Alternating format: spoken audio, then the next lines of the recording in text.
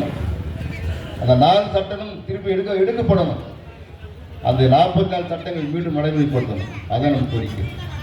இந்த கோரிக்கைகள் நிறைவேறுகின்ற வகையில் விடுதலை சிறுத்தைகளும் கம்யூனிஸ்ட் கட்சிகளும் மார்க்சிய லெனினிய எம்எல் கட்சி போன்றவர்கள்லாம் அந்த தீவிர போராளி அமைப்புலாம் சும்மா இருந்துட்டார். எனக்கு முன்னாடி மாஸ்டர் நம்முடைய சுந்தர் ரொம்ப அழகாக சொன்னார். காந்திக்கு நம்ம மகாத்மா நம்ம பேர் வைக்கல. புரட்சியாளர் அம்பேத்கர் காந்தியை வந்து மகாத்மாவுடைய பிள்ளை சொல்லுகிறது. அவர் மிஸ்டர் காந்தியை தான் கூடுவார். அது அம்பேத்கர். அவருக்கு மகாத்மான் பேர் தெரியுமா? இந்த ஆர்எஸ் அண்ணா வச்சா பாப்பான்னு வச்சாங்க. பாப்பான தான் அவர் மகாத்மான் சொன்னானுங்க. ஏன் சொன்னாங்கன்னா காந்தி மூலமா பார்ப்பனிய கொள்கைகளை பரப்புவதற்கு அவனுக்கு சொன்னானுங்க. இந்துத்துவ கொள்கைகளை காந்தி மூலமாக பரப்புவதற்காக பயன்படுத்தினாங்க. ஆனால் கடைசி நேரத்தில் காந்தி மாறி போய் இஸ்லாமிற்கு கூட போனார், சப்போர்ட் கொடுத்தார்.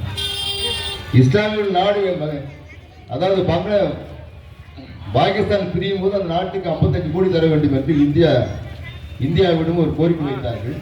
அந்த 55 கோடி ரூபாயை பாகிஸ்தான் தர வேண்டும் என்று கடைசியாக காந்தி உண்ணாவிரதம் இருந்தார். காந்தியுடைய 17வது உண்ணாவிரதம், 17 முறை உண்ணாவிரதம் இருந்தார். கடைசியாக இந்த உண்ணாவிரதம் அந்த உண்ணாவிரதம் தான்.